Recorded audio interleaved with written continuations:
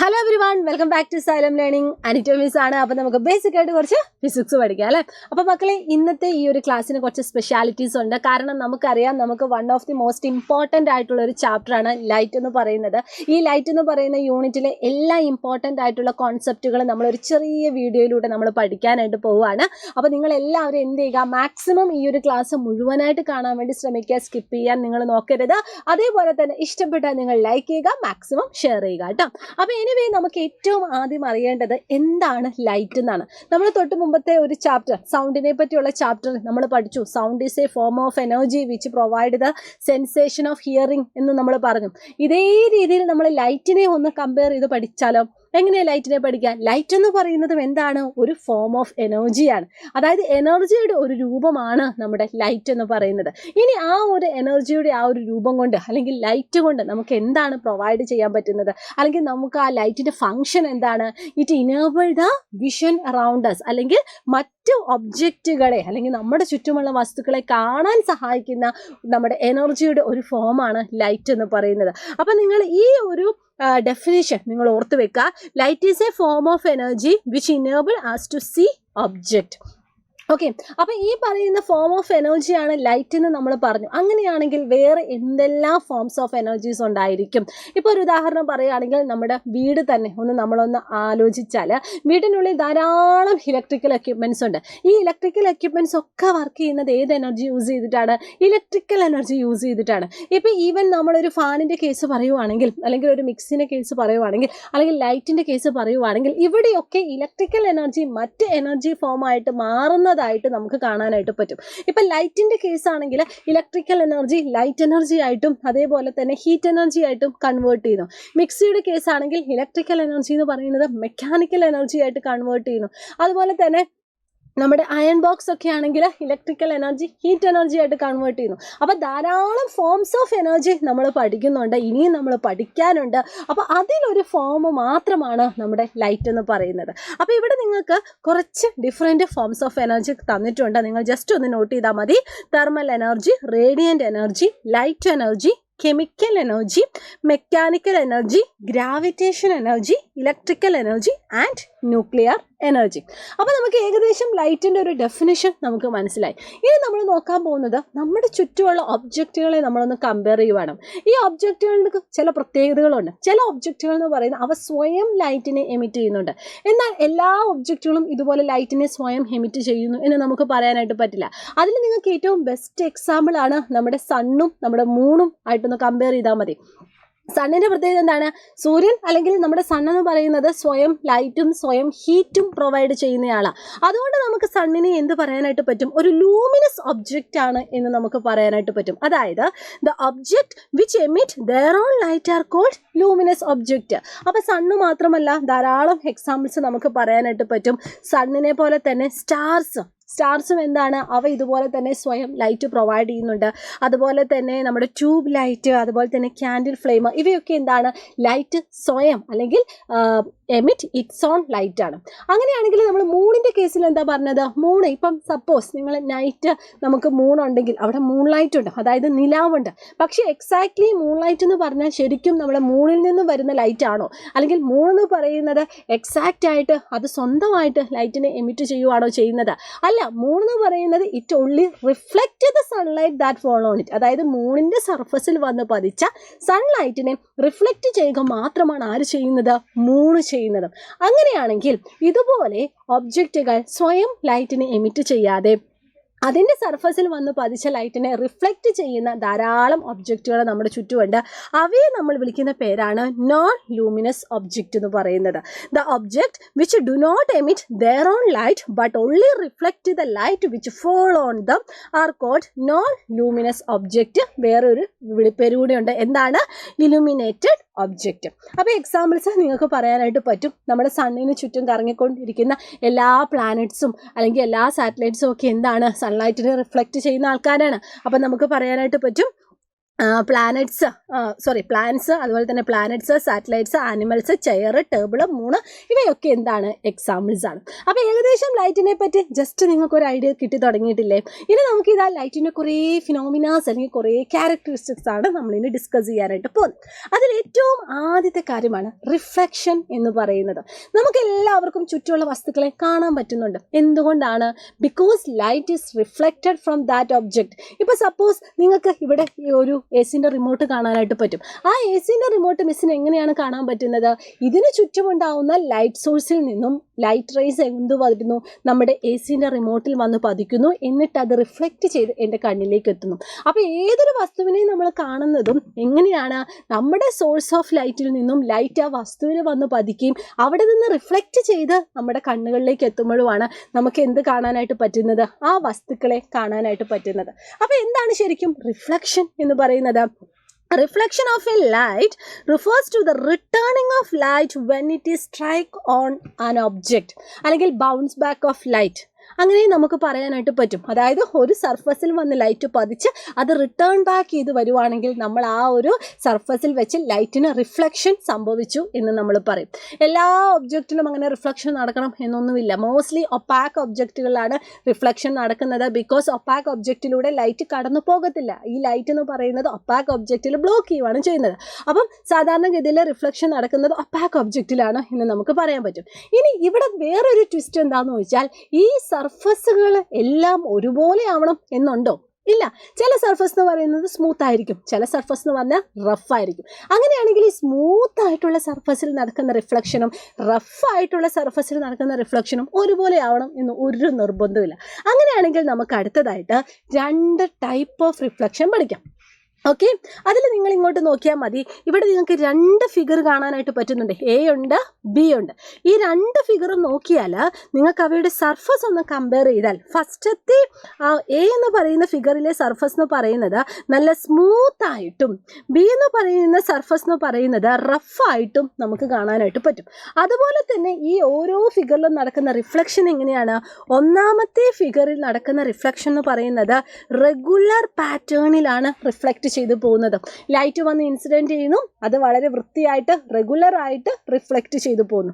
പക്ഷേ രണ്ടാമത്തെ ഫിഗറിൽ എങ്ങനെയാണ്? ലൈറ്റ് വന്ന് ഇൻസിഡൻറ്റ് ചെയ്യുന്നുണ്ട്, പക്ഷേ അത് എങ്ങനെയാണ് തിരിച്ചു പോകുന്നത്? ഇറഗുലർ ആയിട്ടാണ്, പല ഡയറക്ഷനിലേക്ക് ഇങ്ങനെ സ്പ്രെഡ് ചെയ്തിട്ടാണ് ഇവിടെ റിഫ്ലക്ഷൻ നടക്കുന്നത്. അപ്പോൾ ഇതിൻ്റെയൊക്കെ ബേസിൽ നമുക്ക് ഇവിടെ 2 തരത്തിലുള്ള റിഫ്ലക്ഷൻ പഠിക്കാനായിട്ട് പറ്റും. അതിൽ ഫസ്റ്റ് വണ്ണാണ് മക്കളെ റെഗുലർ റിഫ്ലക്ഷൻ എന്ന് പറയുന്നത്. ഓക്കെ, എന്താണ് റെഗുലർ റിഫ്ലക്ഷൻ എന്ന് പറഞ്ഞാൽ നല്ല സ്മൂത്ത് ആയിട്ടുള്ള സർഫസുകളിലാണ് റെഗുലർ റിഫ്ലക്ഷൻ നടക്കുന്നത്. അതായത് ഇവിടെ ലൈറ്റ് വന്ന് ഇൻസിഡൻറ്റ് ചെയ്യുമ്പോൾ അത് റിഫ്ലക്റ്റ് ചെയ്യുന്നത് റെഗുലർലി ആണെങ്കിൽ അത് റെഗുലർ റിഫ്ലക്ഷൻ. ഇൻ കേസ് നല്ല റഫായിട്ടുള്ള സർഫസിലാണ് ഇതുപോലെ ലൈറ്റ് വന്ന് പതിക്കുന്നു, അത് റെഗുലർ ആയിട്ട് പോവില്ല, നേരെ മറിച്ച് ഇറഗുലർ പാറ്റേണിലൂടെ പല ഡയറക്ഷനിലേക്കാണ് അത് ചിതറിപ്പോകുന്നത്. അപ്പോൾ ഇങ്ങനെയുള്ള റിഫ്ലക്ഷനെയാണ് നമ്മൾ ഇറഗുലർ റിഫ്ലക്ഷൻ എന്ന് പറയുന്നു, അല്ലെങ്കിൽ ഡിഫ്യൂസ്ഡ് റിഫ്ലക്ഷൻ എന്നും നമ്മൾ പറയുന്നുണ്ട്. അപ്പോൾ ഇവിടെ നിങ്ങൾ നോട്ട് ചെയ്യേണ്ട കാര്യം എന്ന് പറഞ്ഞാൽ സ്മൂത്ത് ആയിട്ടുള്ള സർഫസിൽ നടക്കുന്നത് എപ്പോഴും റെഗുലർ റിഫ്ലക്ഷനും റഫ് ആയിട്ടുള്ള സർഫസ് ലൈക്ക് കാർഡ്ബോർഡ്, വുഡ് അതിൻ്റെ സർഫസ് അവിടെയൊക്കെ നടക്കുന്നത് എപ്പോഴും ഇറഗുലർ അല്ലെങ്കിൽ ഡിഫ്യൂസ്ഡ് റിഫ്ലക്ഷനുമാണ്. ഇത് നിങ്ങൾ നോട്ട് ചെയ്യുക. അപ്പോൾ ഇതിൻ്റെ ഒക്കെ ഡെഫിനിഷൻ നിങ്ങൾ എന്ത് ചെയ്യുക? ജസ്റ്റ് ഒന്ന് പഠിച്ചു വെക്കുക. നമ്മുടെ ടെക്സ്റ്റ് ബുക്കിൽ ഓൾറെഡി നിങ്ങൾക്ക് എഴുതി തന്നിട്ടുള്ളതാണ്.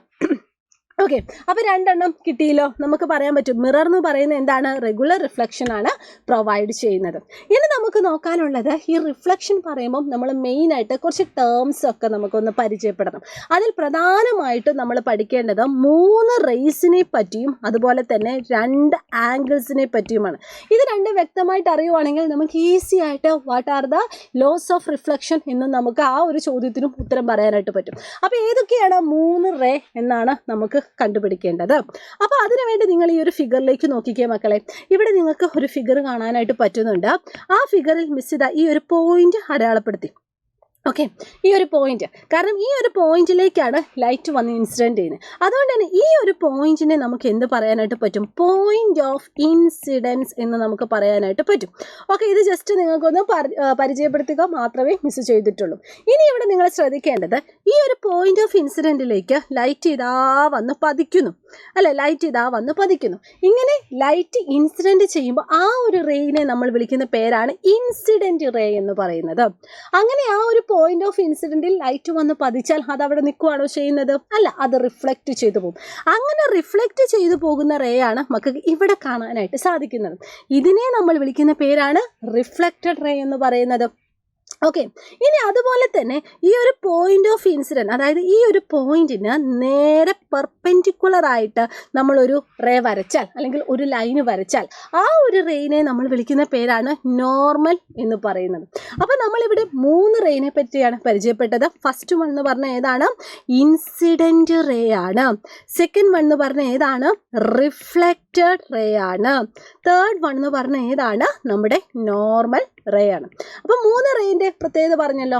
ഈ 3 റേയും ജസ്റ്റ് ഒന്നും കൂടി ഒന്ന് ശ്രദ്ധിച്ച് നോക്കിയാൽ ഇവ 3ഉം സെയിം പ്ലെയിനിലാണ് എന്ന് നമുക്ക് പറയാനായിട്ട് പറ്റും. അപ്പോൾ ഇതിൻ്റെ അടുത്തൊരു പോയിന്റാണ് ഈ 3 റേസും, അതായത് ഈ 3 റേസും എന്താണ്? സെയിം പ്ലെയിനിലാണ് എന്നും കൂടി നിങ്ങളിവിടെ ഓർത്തിരിക്കാം. ഇതാണ് ഒരു ലോ ഓഫ് റിഫ്ലക്ഷൻ എന്ന് പറയുന്നത്. ഓക്കെ, ഇനി നമുക്ക് ആംഗിൾസിനെ പറ്റി നോക്കാം. ആംഗിൾസ് എന്ന് പറഞ്ഞാൽ ഇവിടെ എത്ര ആംഗിൾ ഉണ്ട്? ഇവിടെ ഇതാ നിങ്ങൾക്ക് 2 ആംഗിൾ കാണാനായിട്ട് പറ്റും. മിസ് ഇതാ നോട്ട് ചെയ്ത് തരാം.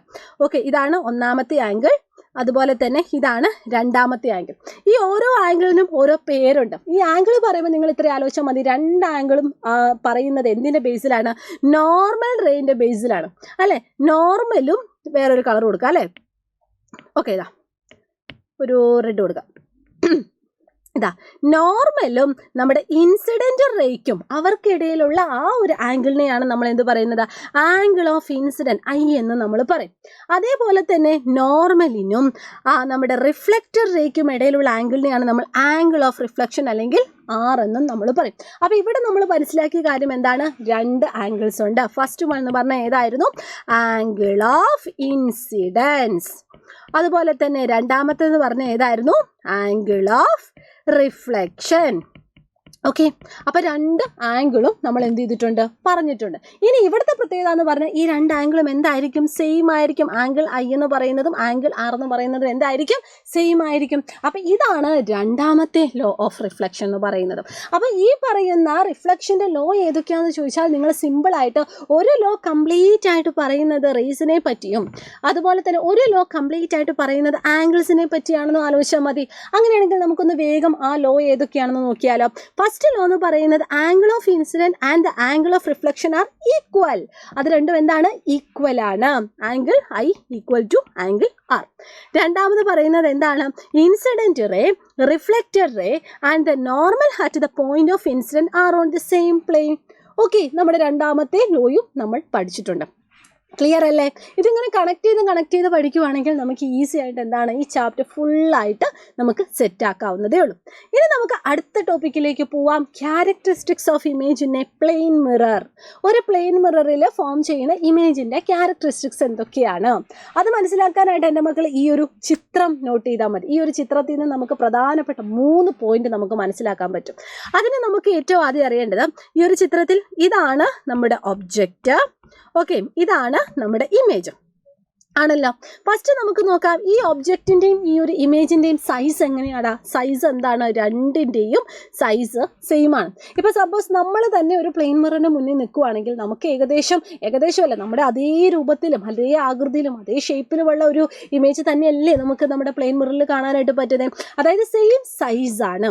ഇനി രണ്ടാമത് നിങ്ങൾ നോക്കേണ്ട പ്രധാനപ്പെട്ട പോയിന്റ് എന്ന് പറയുന്നത്, ഇവിടെ നിങ്ങൾ നോക്കിയേടാ, ഇതാ ഇവിടെ നിങ്ങൾ നോക്കിക്കേ, ഇതാണ് നമ്മുടെ പ്ലെയിൻ മിറർ. ഇതാണല്ലോ നമ്മുടെ പ്ലെയിൻ മിറർ.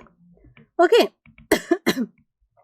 ഈ പ്ലെയിൻ മിററും ഒബ്ജക്റ്റും തമ്മിലുള്ള ഡിസ്റ്റൻസും ഈ പ്ലെയിൻ മിററും നമ്മുടെ ഇമേജും തമ്മിലുള്ള ഡിസ്റ്റൻസും എന്താണ്? സെയിം ആണ്. ഇപ്പോൾ സപ്പോസ് ഈ പ്ലെയിൻ മിററും ഒബ്ജക്റ്റും തമ്മിലുള്ള ഡിസ്റ്റൻസ് എ ആയിട്ടും പ്ലെയിൻ മിററും ഇമേജും തമ്മിലുള്ള ഡിസ്റ്റൻസ് ബി ആയിട്ടും കൊടുക്കുകയാണെങ്കിൽ നമുക്ക് എ ഈക്വൽ ടു ബി എന്ന് പറയാൻ പറ്റൂലേ? അപ്പോൾ ഇതാണ് രണ്ടാമത്തെ പോയിന്റ്. ഇനി മൂന്നാമത്തെ പോയിന്റ് നിങ്ങൾ ഇങ്ങോട്ട് നോക്കിയാൽ മതി. തേർഡ് പോയിന്റ് എന്ന് പറഞ്ഞാൽ നിങ്ങൾ ആ കുട്ടി ഇട്ടിരിക്കുന്ന ഷർട്ടിൽ ഒന്ന് ശ്രദ്ധിച്ചു നോക്കിയാൽ ഇവിടെ 5 എന്ന് എഴുതിയത് കാണാനായിട്ട് പറ്റും. ഇവിടെ കാണുന്നുണ്ടോ ആവോ? ഇല്ലേ, 5 എന്ന് എഴുതിയത് കാണാനായിട്ട് പറ്റും. പക്ഷേ ഈ 5 എന്ന് എഴുതിയത് പ്ലെയിൻ മിററിൽ വന്ന സമയത്ത് എന്താണ്? ആ ഇടം വലം തിരിഞ്ഞിട്ടാണ് വന്നത്. ഒരു ചെറിയൊരു ഷിഫ്റ്റ് നമുക്ക് കാണാനായിട്ട് പറ്റുന്നുണ്ട്. ഇങ്ങനെ ആ ഒരു shift of lateral side of the object, ഇപ്പം സിമ്പിളായിട്ട് പറയുവാണെങ്കിൽ നമ്മുടെ പ്ലെയിൻ മിററിൽ പോയിട്ട് നമ്മുടെ ഇടത് കൈ പൊക്കിയാൽ നമുക്ക് വലത് കൈ പൊക്കിയതുപോലെ കാണാൻ പറ്റുന്നത്. അല്ലെങ്കിൽ പ്ലെയിൻ മിററിൻ്റെ മുന്നിൽ പോയിട്ട് നമ്മൾ വലത് കൈ പൊക്കുവാണെങ്കിൽ നമുക്ക് പ്ലെയിൻ മിററിൽ കിട്ടുന്ന ഇമേജ് എന്ന് പറയുന്നത് ഇടത് കൈ പൊക്കിയതുപോലെ. അതായത് ആ ഒരു ഇടം വലം തിരിഞ്ഞിട്ടാണ് നമുക്ക് എപ്പോഴും ഇമേജ് നമുക്ക് കിട്ടുന്നത്. ഓക്കെ, അപ്പം ഈ ഒരു പ്രത്യേകതയെ നമ്മളൊരു പേര് വിളിക്കും. ഇതാണ് നമ്മുടെ ലാറ്ററൽ ഇൻവേർഷൻ എന്ന് പറയുന്നത്. അപ്പം ഇതാണ് നമ്മുടെ മൂന്നാമത്തെ പോയിന്റ്. ക്ലിയർ ആയില്ലേ? ഇനി ഇതിൻ്റെ കൂടെ തന്നെ നിങ്ങൾ പഠിച്ചിരിക്കേണ്ട പോയിന്റ് ആണ്, ഒന്ന് ഇറക്റ്റ് ആണ്, അതുപോലെ തന്നെ എന്താണ് ഇറക്റ്റ് ആണ്, അതിൻ്റെ കൂടെ തന്നെ അത് വിർച്വൽ ആണ്. ഇതൊക്കെ എനിക്ക് തോന്നുന്നു 7th CBSE നിങ്ങൾ പഠിച്ചിട്ടുണ്ട് എന്നാണ് മിസ്സിൻ്റെ ആ ഒരു അനുമാനം. എനിവേ ഈ പറഞ്ഞ ക്യാരക്ടറിസ്റ്റിക്സ് ഒക്കെ നമുക്കൊന്ന് നോട്ട് ചെയ്യാം. ഫസ്റ്റ് വൺ എന്ന് പറയുന്നത് plane mirror form an erect image and it form a virtual image and the size of the image is same as that of the object and image is formed at the same distance behind the mirror as the object stand in front of it and also lateral inversion. ഈ lateral inversion കൂടി നിങ്ങൾ ശ്രദ്ധിക്കുക. shift of the lateral side of the image in opposite direction. Ambulance ഒക്കെ നിങ്ങൾ എപ്പോഴും കേട്ട് മടുത്ത examples ആണ് അല്ലേ? ആംബുലൻസിലൊക്കെ നമ്മൾ ശരിക്കും എഴുതുന്ന രീതിയിലല്ല നമ്മൾ ആംബുലൻസിൽ കാണുന്നത്. ആംബുലൻസിൽ നേരെ തിരിച്ചാണ് എഴുതിയത്. ആ ആംബുലൻസ് നമ്മുടെ വാഹനത്തിന് പുറകിൽ വരുവാണെങ്കിൽ നമ്മളുടെ ആ ഒരു വാഹനത്തിൻ്റെ സൈഡ് വ്യൂ മിററിലൂടെ നോക്കുമ്പോൾ കൃത്യമായിട്ട് ഇവിടെ കാണുന്നത് പോലെ ആംബുലൻസ് എന്ന് എഴുതിയത് നമുക്ക് വായിക്കാൻ പറ്റും, നമുക്ക് പെട്ടെന്ന് ഐഡൻറ്റിഫൈ ചെയ്യാൻ പറ്റും. ഓക്കെ, അപ്പോൾ ലാറ്ററൽ ഇൻവേർഷനും എന്ത് ചെയ്തിട്ടുണ്ട്? നമ്മൾ സെറ്റ് ആക്കിയിട്ടുണ്ട്. ക്ലിയർ അല്ലേടാ?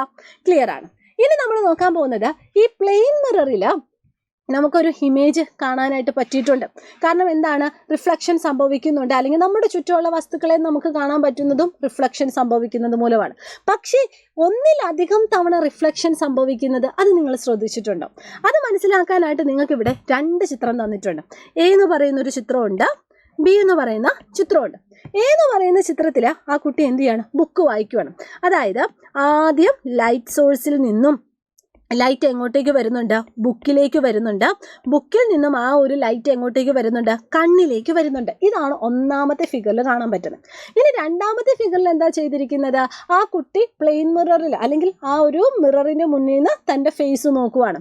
അപ്പോൾ ഇവിടെ എന്താ കാണാൻ പറ്റുന്നത്? സണ്ണിൽ നിന്നും ലൈറ്റ് നോക്കിക്കോ. സണ്ണിൽ നിന്നും ലൈറ്റ് ആദ്യം ആ കുട്ടിയുടെ ഫേസിൽ വന്ന് പതിക്കുന്നുണ്ട്. എന്നിട്ട് അവിടെ നിന്നും റിഫ്ലക്റ്റ് ചെയ്ത് ഫസ്റ്റ് അത് റിഫ്ലക്റ്റ് ചെയ്ത് എവിടെ എത്തുന്നുണ്ട്? മിററിൽ എത്തുന്നുണ്ട്. എന്നിട്ട് അതുകൊണ്ട് അവസാനിച്ചോ? ഇല്ല, മിററിൽ നിന്നും വീണ്ടും അത് റിഫ്ലക്റ്റ് ചെയ്ത, ഇങ്ങനെ വരയ്ക്കുവാണേ, വീണ്ടും അത് റിഫ്ലക്റ്റ് ചെയ്ത് എവിടെ എത്തുന്നുണ്ട്? ആ കുട്ടിയുടെ കണ്ണിലെത്തുന്നുണ്ട്. അങ്ങനെ 2 തവണ റിഫ്ലക്ഷൻ നടന്നതിന് ശേഷമാണ് ആ കുട്ടിക്ക് തൻ്റെ ഫേസ് ആ പ്ലെയിൻ മിററിൽ കാണാനായിട്ട് പറ്റുന്നത്. അപ്പോൾ ഒരു തവണ റിഫ്ലക്ഷൻ നടക്കുന്നതും ഒന്നിലധികം തവണ റിഫ്ലക്ഷൻ നടക്കുന്നതുമായ 2 സിറ്റുവേഷനാണ് നമ്മൾ എന്ത് ചെയ്തത്? ഇവിടെ നമ്മൾ ഡിസ്കസ് ചെയ്തത്.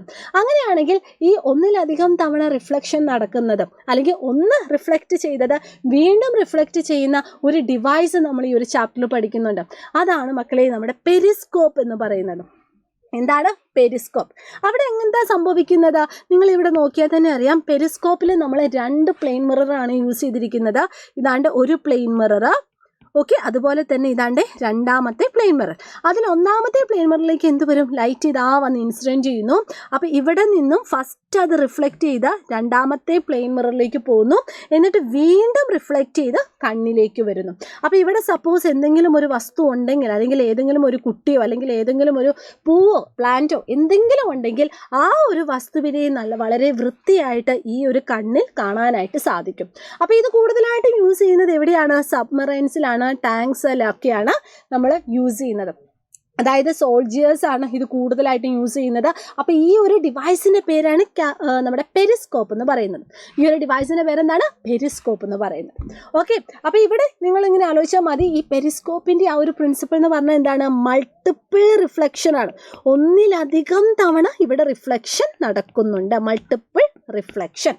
ഓക്കെ, അങ്ങനെയാണെങ്കിൽ നമുക്കിനി പ്ലെയിൻ മിററിൻ്റെ കേസിൽ തന്നെ അവിടെ ഉണ്ടാകുന്ന ഇമേജ് ഫോർമേഷൻ്റെ ആ ഒരു കൗണ്ട്, അതായത് എത്ര ഇമേജ് ഫോം ചെയ്യുന്നുണ്ട് എന്നും കൂടി നമുക്ക് എന്താണ് ഒന്ന് ജസ്റ്റ് ഒന്ന് ചെക്ക് ചെയ്യാം. അപ്പോൾ അതിനുവേണ്ടി നമ്മൾ എന്താ ചെയ്യാൻ പോകുന്നതെന്ന് വെച്ചാൽ, നിങ്ങൾക്ക് ഇവിടെ എന്ത് കാണാനായിട്ട് പറ്റുന്നുണ്ട്? 2 മിറർ കാണാനായിട്ട് പറ്റുന്നുണ്ട്. ഈ 2 മിററിൻ്റെ ഇടയിൽ ചെറിയ ഒരു ക്യാൻഡിൽ ലൈറ്റ് പ്ലേസ് ചെയ്തിട്ടുണ്ട്. അപ്പോൾ സ്വാഭാവികമായിട്ടും ഈ ഓരോ മിററിലും ആ ഒരു ക്യാൻഡിൽ ലൈറ്റിൻ്റെ ഇമേജ് നമുക്ക് കാണാനായിട്ട് പറ്റും. ഒന്ന് മാത്രമാണ്, അല്ലെങ്കിൽ ഒരു നമ്പർ ഓഫ് ഇമേജ് മാത്രമാണ് ഇവിടെ പോസിബിൾ ആവുന്നത്. അല്ല, ഇവിടെ മോർ ദാൻ 1 ഇമേജ് ഇവിടെ പോസിബിൾ ആവും. അത് കാണിക്കാനാണ് നിങ്ങൾ ഈ ഒരു ഫിഗർ നോക്കിയാൽ മതി. ഇവിടെ കണ്ടോ, ഒരു ക്യാൻഡിൽ ആ ഒരു ലൈറ്റ് കാണാൻ പറ്റുന്നുണ്ട്. പിന്നെ ഇതാ 2, 3, 4, 5. അതായത് ഇവിടെ നമ്മുടെ ആ ഒരു പ്ലെയിൻ മിററിൻ്റെ എണ്ണം കൂട്ടുന്നതിനനുസരിച്ച് ആ പ്ലെയിൻ മിററിൻ്റെ ഇടയിൽ നമ്മളൊരു ഒബ്ജക്റ്റ് വെച്ചാൽ അവിടെ ആ ഒരു ഒബ്ജക്റ്റിൻ്റെ ഇമേജസിൻ്റെ എണ്ണവും എന്താണ്? കൂടും.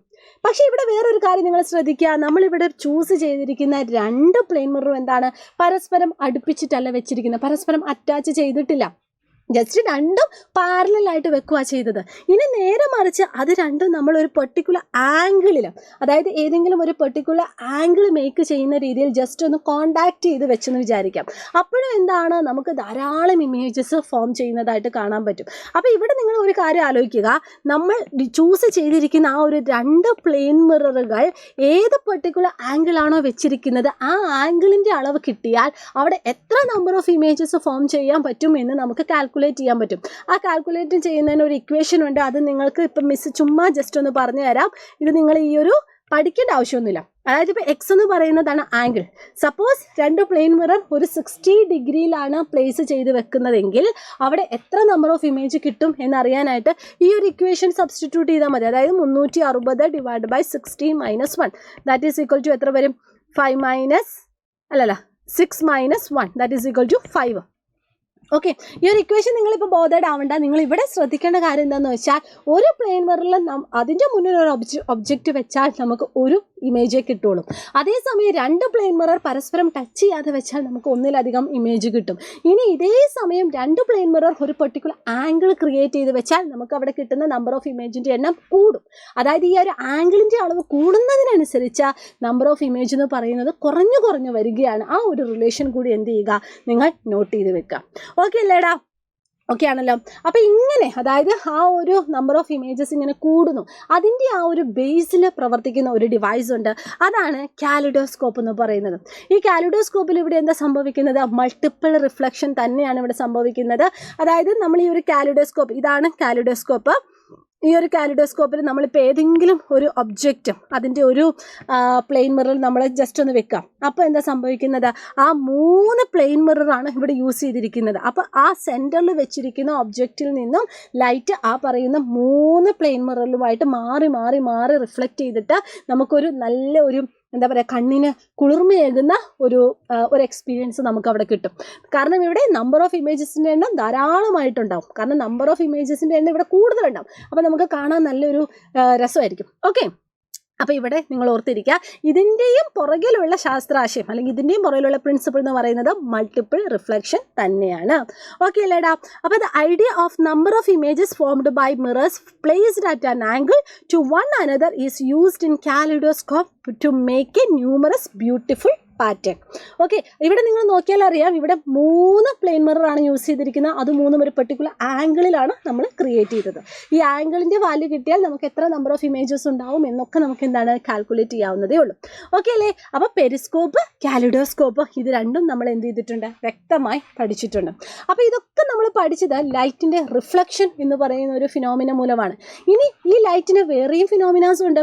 അതിന് പഠിക്കാനായിട്ട് നമ്മൾ നമ്മുടെ സൺലൈറ്റ് ആലോചിച്ചാൽ മതി. ഈ സൺലൈറ്റിൽ റെയിൻബോ ഉണ്ടാവുന്ന നിങ്ങൾ ശ്രദ്ധിച്ചിട്ടുണ്ടാവും. ശരിക്കും ഈ സൺലൈറ്റിൽ എങ്ങനെയാണ് ഇത്രയും 7 ഡിഫറെൻറ്റ് കളേഴ്സ് ഉള്ളത്? അതിന് പുറകിലുള്ള കാരണം എന്തായിരിക്കും? സത്യം പറഞ്ഞാൽ നമ്മുടെ സൺലൈറ്റിൻ്റെ കളർ എന്ന് പറയുന്നത് എന്താണ്? വൈറ്റ് കളറാണ്. ഈ വൈറ്റ് കളർ തന്നെ ഡിഫറെൻറ്റ് കോമ്പോണൻറ്റ് കളർ ഉണ്ടാവും. അപ്പോൾ ഈ ഒരു വൈറ്റ് കളർ എന്ന് പറയുന്നത് അതിൻ്റെ ഉള്ളിൽ ഡിഫറെൻറ്റ് കോമ്പോണൻറ്റ് കളറായിട്ട് ഇങ്ങനെ സ്പ്ലിറ്റ് ചെയ്യുന്ന ആ ഒരു ഫിനോമിനാസിനെ നമ്മൾ വിളിക്കുന്ന പേരാണ് ഡിസ്പേർഷൻ എന്ന് പറയുന്നത്. അത് നമുക്ക് പ്രിസം യൂസ് ചെയ്താൽ നമുക്ക് ഈസി ആയിട്ട് ഐഡൻറ്റിഫൈ ചെയ്യാനായിട്ട് പറ്റും. ഇവിടെ നിങ്ങൾ നോക്കിക്കുകയും നമ്മുടെ സൺലൈറ്റ് നമ്മൾ പ്രിസത്തിലൂടെ കടത്തിവിട്ടു. അങ്ങനെ പ്രിസത്തിലൂടെ കടത്തിവിട്ടപ്പോൾ നമുക്ക് എന്താണ് ഡിഫറെൻറ്റ് കളേഴ്സായിട്ട് ഇത് സ്പ്ലിറ്റ് ചെയ്തതായിട്ട് നമുക്ക് കാണാനായിട്ട് പറ്റും. അപ്പോൾ ഇതിനെ നമ്മൾ വിളിക്കുന്ന പേരാണ് ഡിസ്പേർഷൻ എന്ന് നമ്മൾ പറയുന്നത്. റെയിൻബോ ഫോർമേഷൻ ഒക്കെ എന്താണ് ഡിസ്പേർഷൻ മൂലമാണ്. അപ്പോൾ രണ്ട് ഫിനോമിനയാണ് പറഞ്ഞത്. ഒന്ന് റിഫ്ലക്ഷനും അടുത്ത എന്താണ് ഡിസ്പേർഷനും. ഇനി ഈ ലൈറ്റിനെ പറ്റി ഏകദേശം ഒരു ഐഡിയ കിട്ടി. അപ്പോൾ നമുക്കറിയാം ഈ കാഴ്ച സാധ്യമാവണമെങ്കിൽ ലൈറ്റ് മാത്രം പോരാ, നമുക്ക് എന്ത് വേണം, നല്ല ആരോഗ്യമുള്ള നല്ല ഹെൽത്തി ആയിട്ടുള്ള കണ്ണ് നമുക്ക് വേണം. അപ്പോൾ ഹ്യൂമൻ ഐൻ്റെ കുറച്ച് പാർട്ടാണ് ഇവിടെ കണ്ടിട്ടുള്ളത്. നിങ്ങളെല്ലാവരും എന്ത് ചെയ്യുക, ഇത് ഐഡൻറ്റിഫൈ ചെയ്യാൻ നിർബന്ധമായും പഠിക്കണം. അപ്പോൾ ഇതിലെ പ്രധാനപ്പെട്ട കുറച്ച് പാർട്ട് മിസ് പറഞ്ഞു തരാം. വൺ ബൈ ആയിട്ട് നോക്കാം. ഫസ്റ്റ് എന്ന് പറയുന്നത് ഔട്ടർ കോട്ട് എന്ന് പറയുന്നതാണ് സ്ക്ലീറ എന്ന് പറയുന്ന ഭാഗം. ആ പോയിന്റ് ബൈ പോയിന്റ് ആയിട്ട് പഠിച്ചാൽ മതി. ഔട്ടർ കോട്ട് എന്ന് പറയുന്നത് സ്ക്ലീറയാണ്. അതുപോലെ തന്നെ ട്രാൻസ്പാരന്റ് ഫ്രണ്ട് പാർട്ട് എന്ന് പറയുന്നത് ഏതാണ്, കോർണിയാണ്. ഈ കോർണിയയുടെ പുറകിൽ ഒരു മസ്കുലാർ സ്ട്രക്ചർ ഉണ്ട്, അതാണ് ഐറിസ് എന്ന് പറയുന്നത്. ഈ ഐറിസിന്റെ ഉള്ളിലാണ് നമുക്കൊരു പ്യൂപ്പിൾ, അതായത് ഒരു സ്മോൾ ഓപ്പണിംഗ് കാണാനായിട്ട് പറ്റും, അതാണ് പ്യൂപ്പിൾ എന്ന് പറയുന്നത്. ഇനി അതുപോലെ തന്നെ നമ്മൾ കണ്ണിൽ യൂസ് ചെയ്യുന്ന ലെൻസ് ഉണ്ട്, അതാണ് കോൺവെക്സ് ലെൻസ്. ഈ കോൺവെക്സ് ലെൻസിൻ്റെ പ്രത്യേകത എന്താണെന്ന് വെച്ചാൽ, കോൺവെക്സ് ലെൻസ് എന്താണ്, കൺവേർജിങ് ലെൻസാണ്. അതിൻ്റെ ഉള്ളിലൂടെ ലൈറ്റ് വരുന്ന സമയത്ത് അത് കൺവേർജ് ചെയ്യും. അതെങ്ങോട്ടാണ് കൺവേർജ് ചെയ്യുന്നത്, ഇതിൻ്റെ ബാക്ക് സൈഡിലുള്ള റെറ്റിനയിലേക്കാണ് അത് കൺവേർജ് ചെയ്യുന്നത്. ഇനി അതിൻ്റെ കൂടെ തന്നെ ആ റെറ്റിന നിൽക്കുന്ന ആ ഒരു ഭാഗത്ത് കുറേ നെർവ്സ് ഉണ്ടാവും. നമുക്കിപ്പോൾ എന്തെങ്കിലും ഒരു ലൈറ്റ് വന്ന് പതിക്കുന്ന സമയത്ത് എന്തെങ്കിലും ഒരു ഇൻഫർമേഷനൊക്കെ നമ്മുടെ ബ്രെയിനിലേക്ക് പാസ് ചെയ്യുവാണെങ്കിൽ അത് പാസ് ചെയ്യുന്നത് ഇതിലൂടെയാണ്, ഒപ്റ്റിക് നെർവിലൂടെയാണ്. ഓക്കെ, അപ്പോൾ ഇത്രയും കാര്യങ്ങളാണ് ഇവിടെ ഇമ്പോർട്ടൻ്റ് ആയിട്ടുള്ള കാര്യങ്ങൾ. ഇത് നിങ്ങൾ പഠിച്ചു വെക്കാം. ഇനി ഇതിൻ്റെ കൂട്ടത്തിൽ നിങ്ങൾ ഓർത്തിരിക്കേണ്ട ഒരു കാര്യമാണ് പെർസിസ്റ്റൻസ് ഓഫ് വിഷൻ എന്ന് പറയുന്നത്. അതായത് ഒരു കാഴ്ച നമ്മുടെ കണ്ണിൽ 1/16 സെക്കൻഡ് നേരം എക്സിസ്റ്റ് ചെയ്യും. ഓക്കെ, അതും നിങ്ങൾ എന്ത് ചെയ്യുക, ഓർത്തിരിക്കുക കേട്ടോ.